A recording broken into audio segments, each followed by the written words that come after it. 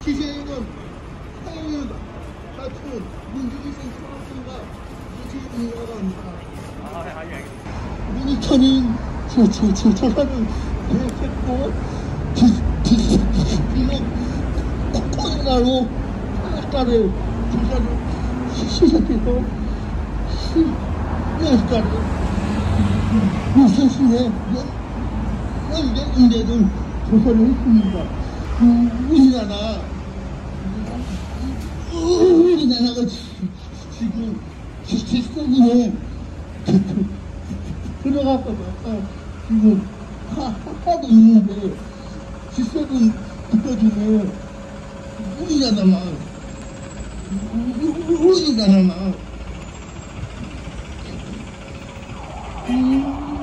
오직 저기 그 극장에 청각장애인을 위한 시설이 생리시설이 하나도 없더라고요. 한국에 최초의 그 극장이 115년 전에 세워졌던 거라고요. 그러니까 저희는 115년 동안 저희 장애인들은 저 영화를 보는데 차갑을 방학이면서 그 시간 동안 아무런 방해도 없이 여기 극장에는 그죠? 돈이 아깝다고 돈이 아깝다고 저의 권리를 완전히 무시하고 있습니다. 여기 계신 분들은 다 아시고 우리 취재하시는 기자님도 다 아시겠지만 2016년도에 시각장애인과 청각장애인 분들이 모여서 아니 왜 헌법에서 보장하고 있는 행복추구권 장애인 차별금지법에서 차별하지 말라고 하는데 왜 시각장애인과 청각장애인은 비장애인과 동등하게 영화 관람을 하지 못하느냐라는 소송을 2016년에 진행을 했습니다. 그리고 거의 2년 만에 재판부에서 맞다, 차별이다. 왜 3개 영화 사업자들은 시각장애인을 위한 화면 해설과 청각장애인을 위한 자막 제공이 충분히 기술적으로도 가능하고 예산으로도 충분히 가능하다. 그래서 비장애인과 동등하게 영화 관람을 하게끔 해야 된다라는 판결을 2017년에 했습니다. 그러나 가만히 있을 영화 사업자들이 아니죠. 우리가 알고 있는 CGV, 메가박스, 롯데시네마가 결국 항소를 해가지고 2심에서는 약간 부족하지만 여전히 차별이다 라는 판결을 받은 바 있습니다. 지금은 현재 대법원까지 지금 올라가 있는데요. 이렇듯 대한민국의 법원은 지금의 영화 관람에서 장애인을 배제하거나 차별하지 말라고 주문을 하고 있는데 이 세계 영화 사업자들은 벌써 5년이 넘었어요. 소송을 한 지 5년이 넘었는데 하나도 안 바꾸고 있습니다. 국가인권위원회는 장애인 차별금지법상 차별시정기구이기 때문에 지금의 이 법원의 1심, 2심 판결조차 지키지 않고 있는 3대 영화 사업자에 대해서 명백하게 다시 한번 차별임을 결정하시고 이거에 대한 강력한 권고를 해달라고 오늘 국가인권위원회에 오게 된 겁니다. 조금 전까지는 장애인 차별금지법만 이야기했는데 또 우리가 많이 알고 있는 편의시설 이야기할 때는 장애인들 편의법을 얘기합니다.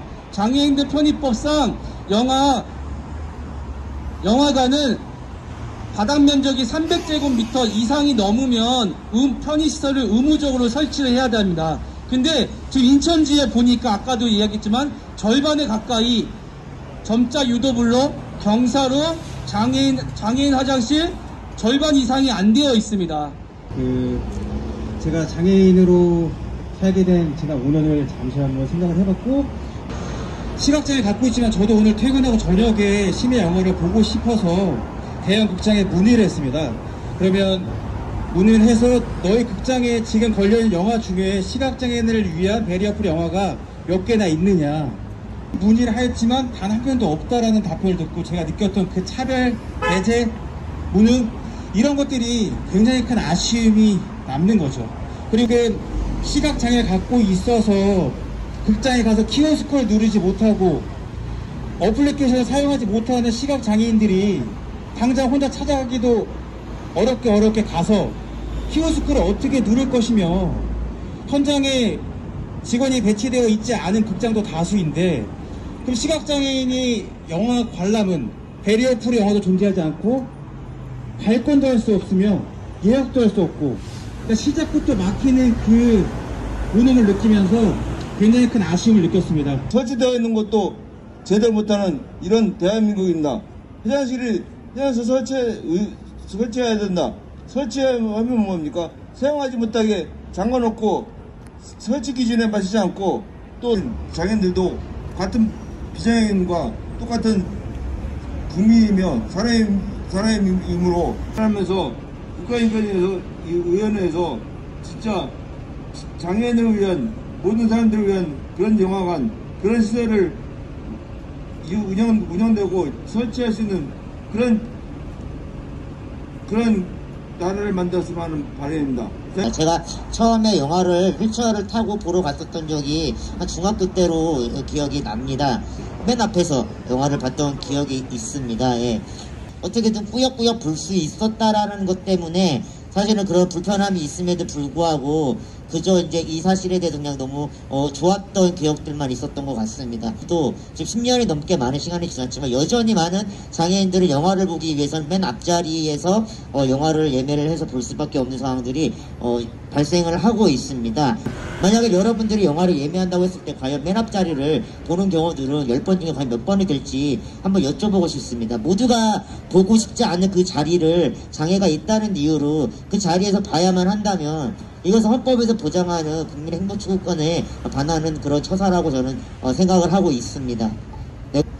갈수록 정말 걱정이 더 심해지는 부분들은 뭐냐면, 아까도 이제 많은 분들이 또 말씀하셨지만 그 키오스크라고 하는 그 스크린으로 터치를 해서 뭐 뭔가를 주문하고 예매하고 이런 시스템들로 많은 것들이 지금 바뀌어가고 있습니다. 이거는 그냥 영화뿐만 아니라 어떤 식당 매장이라든지 그리고 마트에서조차도 그렇게 이제 키오스크를 도입을 해서 하게끔 하고 있는데, 이 키오스크가 보급이 되면 될수록 저는 사실 바깥에 나가는 것이 굉장히 이례적으로 두려워지는 순간들이 많습니다. 왜냐하면 예전만 같았어도 사람들이 중간중간 배치가 되어 있으면 제가 하기 힘든 부분들이 있다면 가서 얼마든지 요것 좀 이렇게 지원 좀 해달라라고 이야기할 수 있지만, 요즘에는 그 무슨 만병통치약도 아니고 키오스크 하나만 딱 설치해놓고 옆에 사람들은 아무도 없고 너네 알아서 해라 이런 식으로만 하는 행태를 부르고 있으니,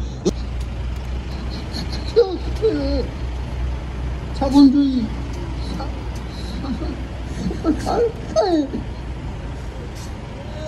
에서 흥성이라는 이름으로 태어났지만